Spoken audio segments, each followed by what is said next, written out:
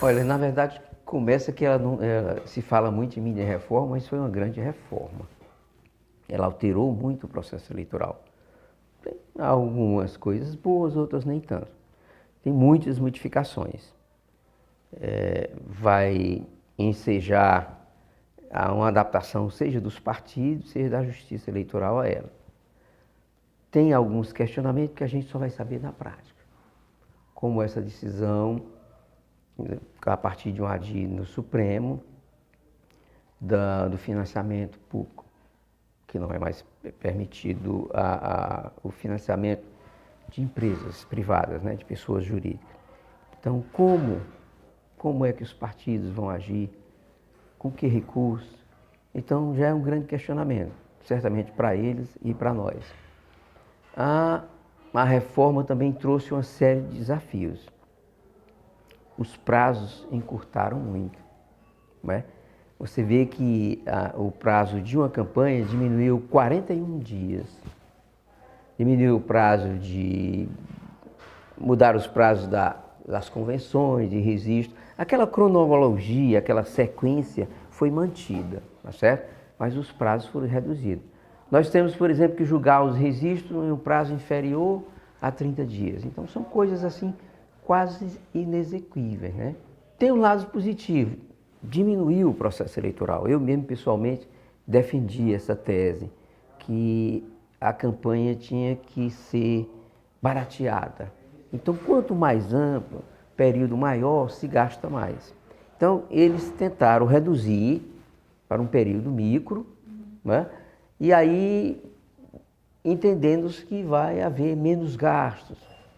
Porque chegou um ponto, nós sabemos disso, não podemos ser hipócritas, que as pessoas com menos condições econômicas ficam quase inviabilizadas chegar a conseguir um cargo eletivo, né? Precisa muito de recursos, de marketing, de assessoria jurídica, de contadores, né? Principalmente o marketing, né? Então, essa reforma encurtou todos esses prazos. A questão do marketing, a campanha eleitoral, a propaganda eleitoral reduziu-se em demasia. Os gastos aí vão ser menores, mas por outro lado, algumas pessoas, alguns estudiosos questionam. Aquelas pessoas que já são conhecidas vão levar vantagem, como o período diminuiu, certo? Há várias peculiaridades. Uma delas, para me citar, aquele bloco de propaganda que reduziram os dias, ele aumentou um pouco em tempo, mas ele só é integrado por candidatos a prefeito e vice. O vereador fica só para inserção. Então foram muitas modificações, muitas e muitas. Para nós, da Justiça Eleitoral, o desafio principal são os financeiros, são os custos. O país vivendo, todos nós sabemos, uma crise econômica afetando tanto o setor público como o privado. Eu tenho 32 anos de juiz, nunca tinha visto corte em orçamento de eleição. Eu até chegava a duvidar, brincava com algumas pessoas, até político, político dá um jeito, não vai faltar dinheiro para a eleição. Pois bem, foi feito um corte. Nós mesmos, no TRE, tivemos um corte de 32%. Isso vai inviabilizar? Não vai, a qualidade vai ser a mesma dos nossos trabalhos, apenas a gente tem que alocar recursos daqui para ali, excluir despesas, aquelas que podem ser postergadas para outros anos, nós estamos postergando, várias delas.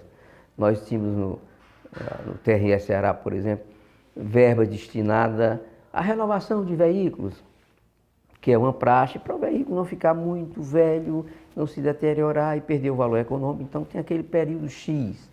Então a presidência entendeu, disse, não, esse ano nós não trocamos veículo. Pronto, aquele dinheiro vai para outro setor. E assim a gente foi remanejando. Me lembro de outro aspecto, livros, para melhorar a biblioteca, os cursos, preparar melhor servidores, juízes e tal. Mas é uma coisa que pode ser postergada, então nós cortamos. Tínhamos um data center no setor de informática, né? Na STI, queríamos melhorar o nosso telefone, atendimento às pessoas, né? e precisa dessa parafernália todinha. E nós tivemos que adiar, custava quase 2 milhões, então a gente jogou para 2017. Então se fez esse remanejamento de recursos, então vai permanecer aquela atividade essencial não foi afetada e a qualidade da eleição é a mesma. Então, para o TRE, a maior dificuldade foi essa. O TRE sempre está atento, agora age provocado. O Ministério Público Eleitoral se organiza e nós já estamos sabendo, já estão fazendo reuniões também, conversando com os promotores, tanto os procuradores federais da República, quanto os promotores da Justiça Estadual, já estão em conversações, em treinamentos, e cabe a eles nos provocar, ou então os próprios partidos ou candidatos fazem a provocação do TRE. Com certeza, como a eleição é municipal, a provocação vai inicialmente para a zona, para a cidade do interior, ou para o juiz eleitoral da capital, e só chega ao tribunal com recurso, a nível de recurso. Mas quanto a isso, nós estamos tranquilos, todos eles, juízes, promotores, sendo preparados quanto a isso, estão sendo atualizados na legislação agora mesmo, nessa semana. Nós temos um ciclo feito pelo Tribunal Regional Eleitoral do Ceará, juntando os juízes, todos os juízes eleitorais e os chefes de cartório eleitorais, exatamente para a gente debater essas novidades, discutir esses aspectos práticos e técnicos para tentar minorar os problemas, Olha, tradicionalmente o Tribunal Regional Eleitoral, e não foi só nessa gestão, que deu a atenção especial aos eleitores do futuro, os jovens eleitores.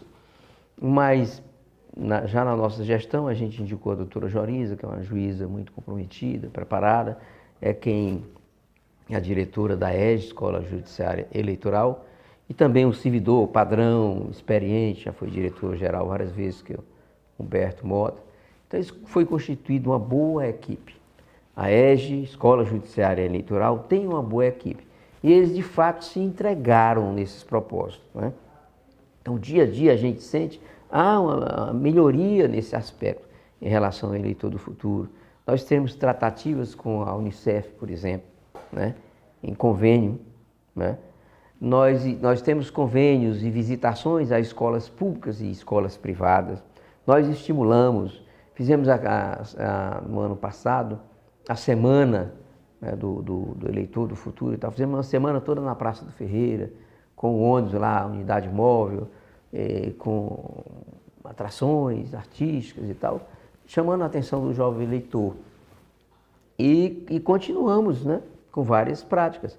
Agora mesmo, no mutirão do ginásio Paulo Sarazate, nós tínhamos, depois de contato com o pessoal das escolas privadas e públicas, temos contato permanente com a Secretaria de Educação do Estado, isso através da nossa EJE, da Escola Judiciária Eleitoral, e do Sindicato de Escolas Particulares. Então, nós conversamos, organizamos, na primeira semana, inclusive, deixamos uma quantidade X de kits separados só para o eleitor novo, só para o jovem de 16 a 18 anos.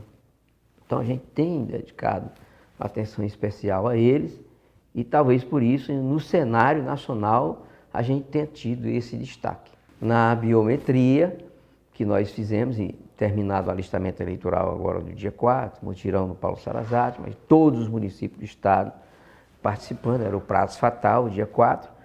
O estado do Ceará ficou em 4º lugar no Brasil, em número absoluto de eleitores cadastrados pelo sistema biométrico. 4º lugar. Nós perdemos de quem? Quem ficou na nossa frente? São Paulo, Rio Grande do Sul e Paraná, 3 estados ricos.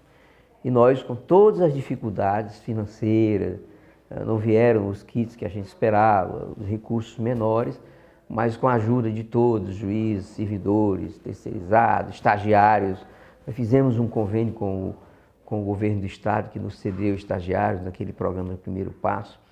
Então, também nos ajudou muito. Então, fez tudo isso junto, com a determinação, com amor, com dedicação, fez com que a gente obtivesse esse êxito. Nós tínhamos, a biometria começou em 2009, Em 2008 começou no Brasil, em 2009 no Ceará, só com Eusébio. E até 2014, o estado do Ceará tinha apenas 7% dos eleitores biometrizados. Nós estávamos entre os 3 últimos do país.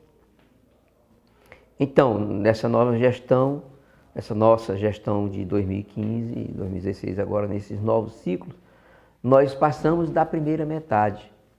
Nós temos hoje quase 35%. São quase 2,5 milhões de eleitores já com sistema biométrico. Em muitos municípios, a biometria já é obrigatória. Todos os eleitores que forem às urnas vão votar no sistema biométrico. Outros, como Fortaleza, Maracanaú, a maioria, alguns misto, Fortaleza misto. Tem biometrizado e não. E tem outros municípios que nós não começamos ainda a biometria, mas assim que abrir o cadastro eleitoral, for reaberto depois das eleições em novembro, nós vamos levar a biometria para todos os municípios do estado. Mas não resta dúvida que a biometria é bem mais segura. Eu acho que não existe nada 100% seguro, nada humano.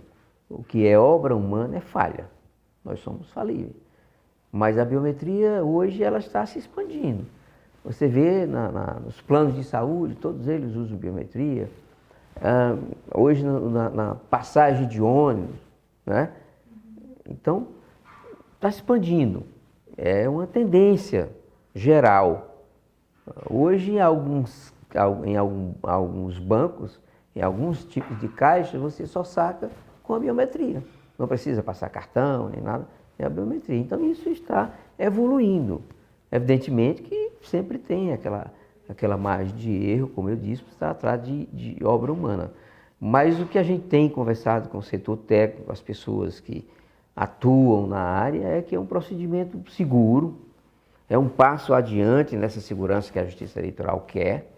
Não a pessoa, às vezes acontecia, mesmo em eleições passadas, alguém votou por outro. Não existe mais isso, alguém votar por outro. Né? Porque a máquina só libera com a sua impressão digital.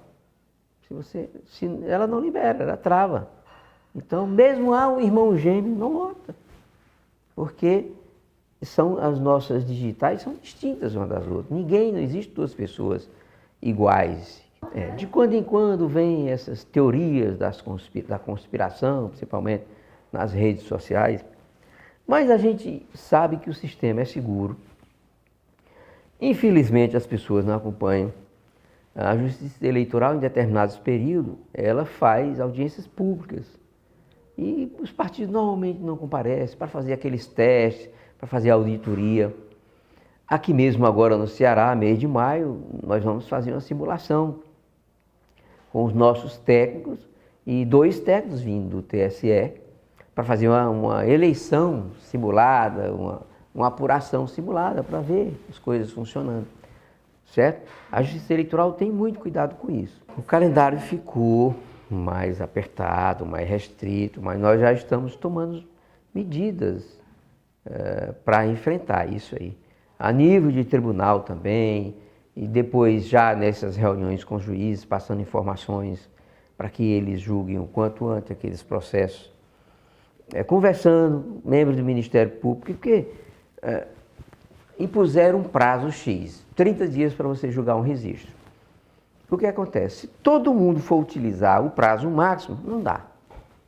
Você tem 5 dias para se manifestar, o outro mais 5, o outro mais 5. Se cada um utilizar, não dá. Então a gente estimula o quê? Que ele faça no primeiro dia, no segundo dia, já para que dê para cumprir. Nós estamos preparando também, a nível de TRE, um planejamento, vai sair uma resolução específica quanto a isso. Estamos fazendo um planejamento. Vamos utilizar os membros que são suplentes, são 7 membros, nós temos suplentes. Então, um revezamento de tal forma que enquanto o suplente esteja na sessão, o titular esteja preparando o voto. E quando o titular esteja aqui, o suplente esteja preparando, já exatamente para agilizar esse julgamento. Tem uma série de práticas que a gente está estudando e esperamos ter êxito nisso. Olha, espero que melhore em relação aos anos anteriores. Na eleição anterior mesmo, eu como corregedor e fui a um determinado presídio, uma quantidade muito pequena, mesmo que é aquela rotatividade de presos, né? Mas cada ano a gente vai aperfeiçoando, né?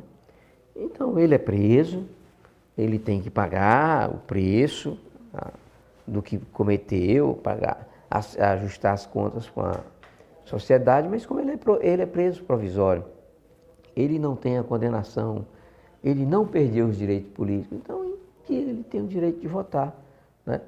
Então eles participam, não em tamanha proporção, mas participam. E cada ano que vai passando, cada eleição vai aprimorando. É o caso, por exemplo, das pessoas que têm deficiências, né? Que a gente também tem estimulado. No dia da eleição, tem um questionário ali para ele se dizer qual é a limitação dele. Até o deficiente visual, porque a urna vem com fones. A pessoa se orienta e participa. Então, cada eleição está aumentando o número dessas pessoas, né? Aqui no Ceará mesmo, no início era insignificante a quantidade de pessoas que tinham deficiências nesse sentido, né? E que hoje participam. Nós temos estatísticas, números bastante superiores. A gente faz uma campanha, a gente divulga, orienta. Nós direcionamos, fomos também com a população indígena, a gente comparece, né? Quilombola, a gente comparece.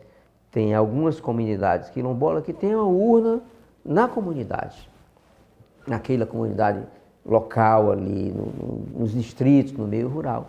Então, o Tribunal Regional Eleitoral procura contemplar essas minorias que têm direito como os outros. A Secretaria de Segurança Pública, Polícia Militar, sempre nos ajudam bastante, Polícia Federal. Então, nós temos nesse calendário, nesse planejamento, até mais ou menos as datas definidas para fazer as reuniões. A gente já começa fazendo os contatos iniciais, eles fazem os planos deles, né? Olha, a Polícia Militar diz, eu vou ter X homens, vamos fazer tanto para tal município, conforme a população, conforme aqueles municípios mais difíceis, mais complexos, e nos levam esses quadros e a gente conversa.